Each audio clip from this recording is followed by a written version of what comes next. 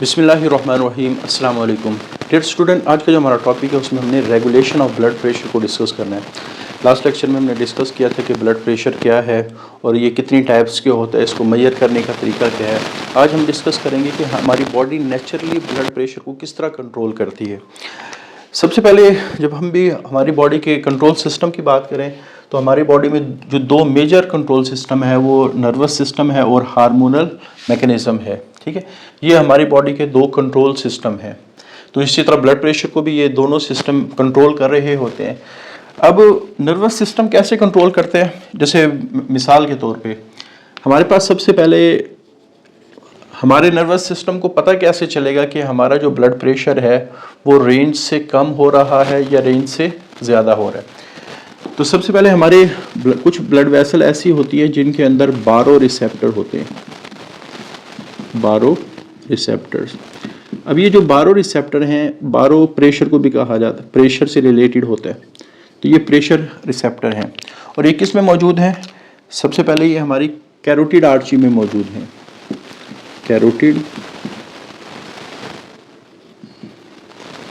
Arteries में।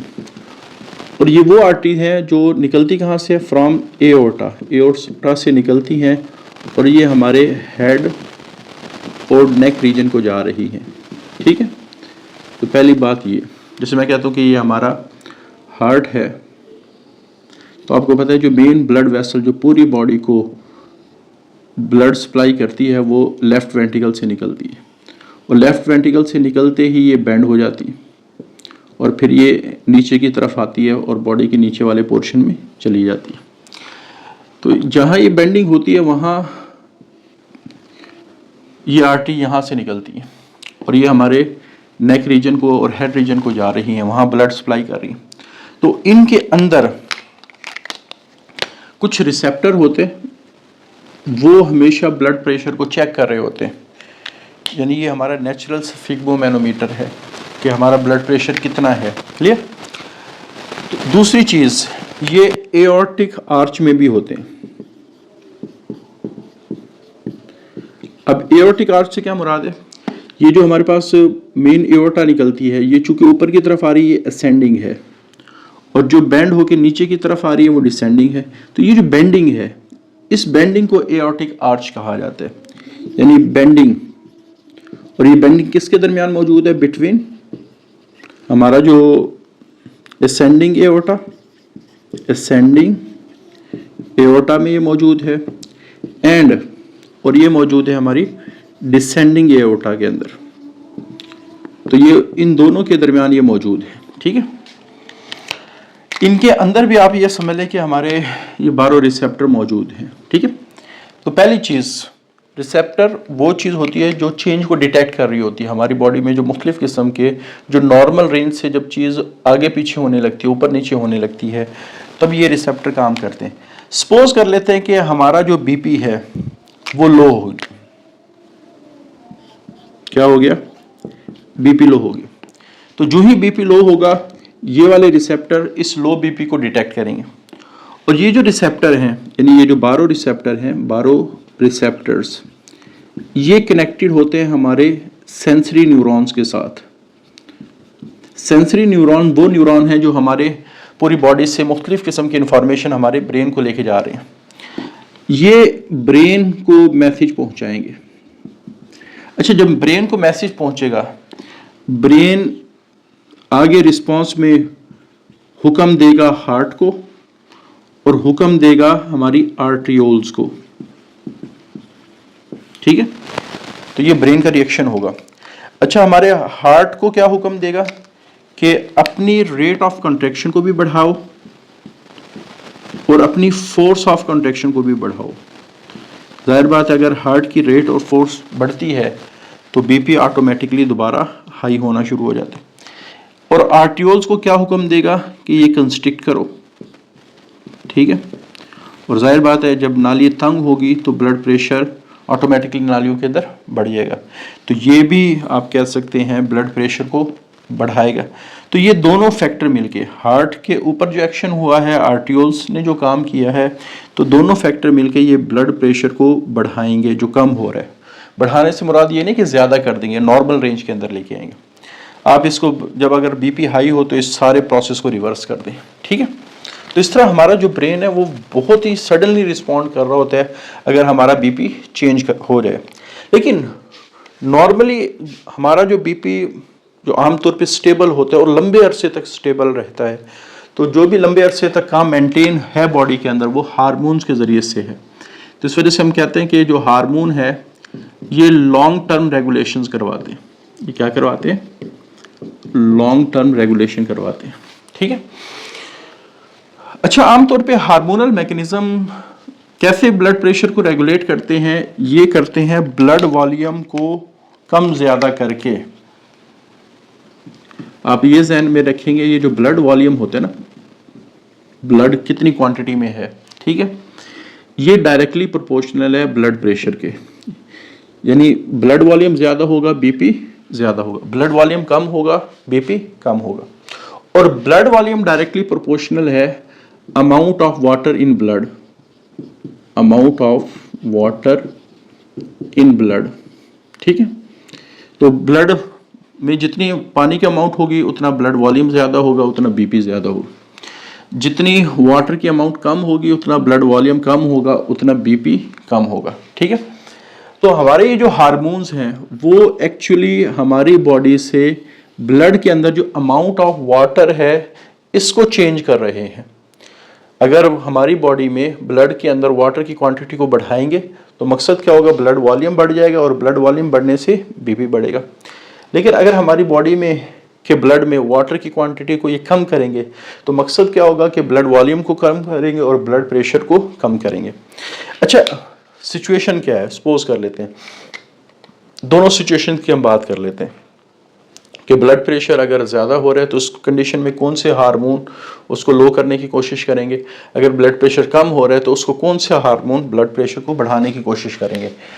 पहले हम एग्जांपल ले लेते हैं लो ब्लड प्रेशर की, ठीक है। अच्छा, लो ब्लड प्रेशर का मतलब क्या है कि हमारे ब्लड के अंदर ब्लड का जो वॉल्यूम है वो कम हो रहा है, ठीक है।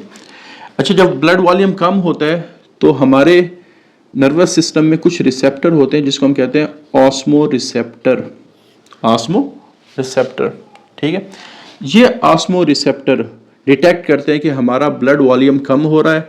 ब्लड वॉल्यूम कम होने से क्या मुराद है? हो सकता है उसमें वाटर की क्वांटिटी क्या हो रही हो? कम हो रही हो, तो जिसकी वजह से ब्लड प्रेशर लो आ रहा है। अब जो ही ऑस्मो रिसेप्टर को पता चलता है कि ब्लड वॉल्यूम कम होता है, ब्लड वॉल्यूम कम होता है, तो फौरन ये मैसेज भेजेगा ब्रेन के पास। ब्रेन एक काम तो ये करेगा, इंक्रीज या प्रोड्यूस द थर्स्ट, कि प्यास को लगवाएगा। अब जाहिर बात है जब बंदा को प्यास लगी होती है पहला काम वो यही करेगा कि वो पानी पिएगा। तो आप कह सकते हैं ब्रेन हमारे अंदर फीलिंग ऑफ थर्स्ट को, प्यास को पैदा करेगा। दूसरा, ब्रेन क्या करते हैं, हमारा एक ग्लैंड होता है जिसका नाम है पिट्यूटरी ग्लैंड। क्या होता है? Pituitary gland.